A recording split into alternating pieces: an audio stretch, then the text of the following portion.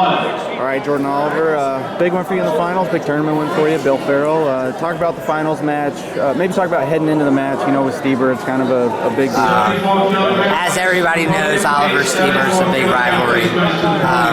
But going into the match, you know, just having a mindset of, you know, scoring points and getting to my attacks, no matter what the outcome of an exchange is between me and Logan Stieber, because as you see, there's going to be a lot of points scored, there's going to be a lot of exchanges, a lot of wrestling, and that's the great thing about wrestling Stieber. You know, he's going to give you everything he got, and he's going to get to my legs, he's going to score on me. I got to be able to, you know, overcome that adversity and respond.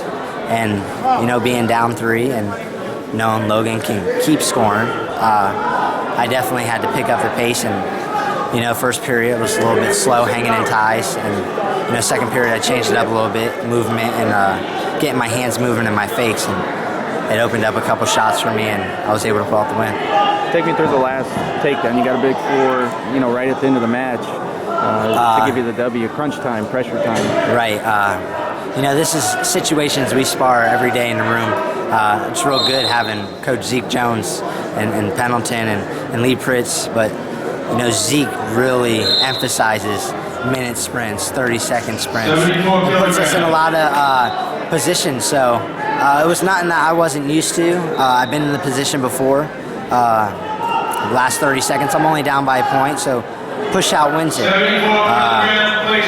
I don't want it to be a push out and win on criteria.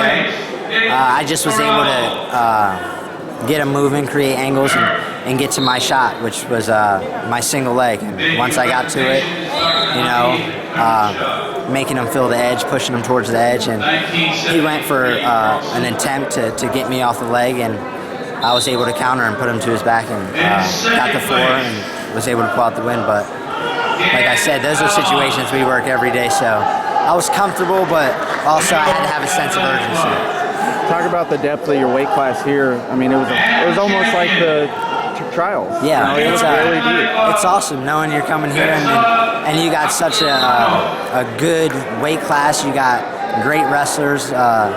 You know, I can name off the list. You know, Stieber, Pico, Molinaro. You know, Russell. You keep going down the line, Chamberlain. So it's really good to get in and have that type of talent in your weight class and to come out and be the champ of the tournament of the 65 kilogram weight class. But it ain't the last tournament all of us will be in.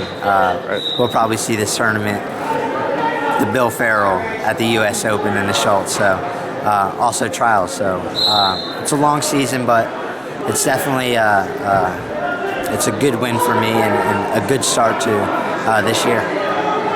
So you mentioned those other tournaments. Are we going to see you at all those? You just qualified yourself for the trials, so technically you don't have to show up to anything else. But are you planning on showing up? Yes, I'm planning on showing up to everyone. I'm actually leaving the 23rd for Nice in France to go compete. I just think when I'm competing more and traveling and constantly training, I'm better. You know, getting that exposure to different competition.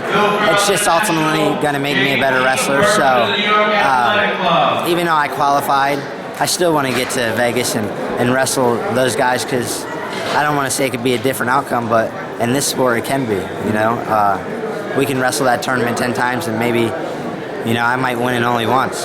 You know, but those are the chances you got to take. But I'm going to keep chasing the competition and get as much exposure in wrestling as I can before, you know, it's time to try to make this Olympic team.